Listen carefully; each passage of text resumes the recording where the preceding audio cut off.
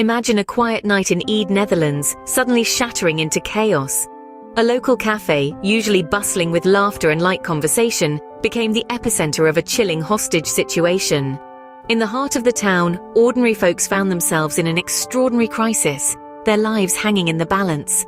The local authorities were quick to respond, their sirens piercing the eerie silence of the night. Within moments, the vicinity was transformed into a no-go zone, with the evacuation of approximately 150 homes. The town center, once filled with the hum of everyday life, now echoed with the heavy footsteps of armed officers and the hushed whispers of police negotiators. The tension was palpable, a thick fog of fear and uncertainty enveloping the town. The police, their faces set in grim determination, were a stark contrast to the bewildered and anxious expressions of the evacuated residents. Each second was a test of endurance, a battle between hope and despair. As the clock ticked away, there was a glimmer of hope. 3 hostages were released, their faces a mix of relief and trauma. The news spread like wildfire, a beacon of hope in the darkness. Yet the situation was far from over. A lone assumed hostage taker remained, their motives as unclear as the situation itself. The authorities were in a race against time, their every move crucial in ensuring the safety of the remaining hostages. The town of Ede, once known for its tranquility, was now a stage for a tense standoff. The streets were eerily quiet, the only sounds being the occasional crackle of police radios and the distant murmur of residents. As the night deepened, the tension in Ede arose, with 3 hostages released, yet the situation remained unresolved.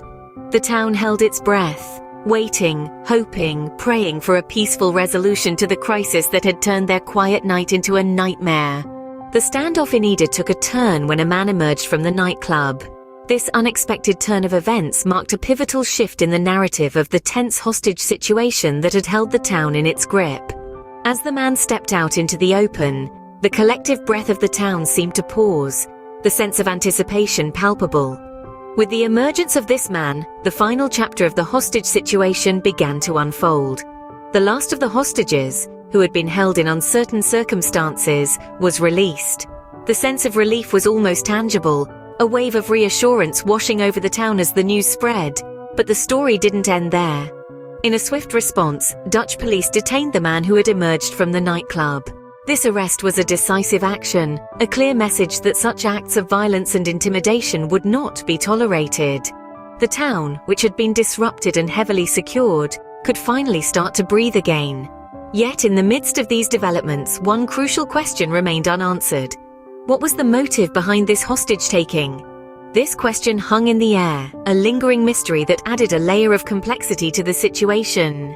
Authorities were quick to state that there was no indication of a terrorist motive. Yet, the lack of a clear motive only deepened the intrigue surrounding the event.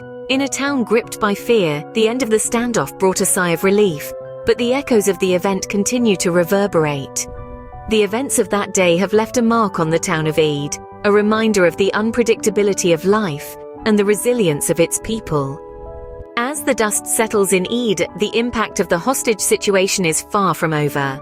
The eerie silence of the evacuated streets is slowly replaced by the hum of daily activities, as the town attempts to regain its typical rhythm. Yet, the echoes of the standoff linger, disrupting the tranquility of this quaint Dutch town. The police have detained a man, ending the tense predicament. But the question that hangs heavy in the air is, why? The motive behind this unsettling incident remains unclear.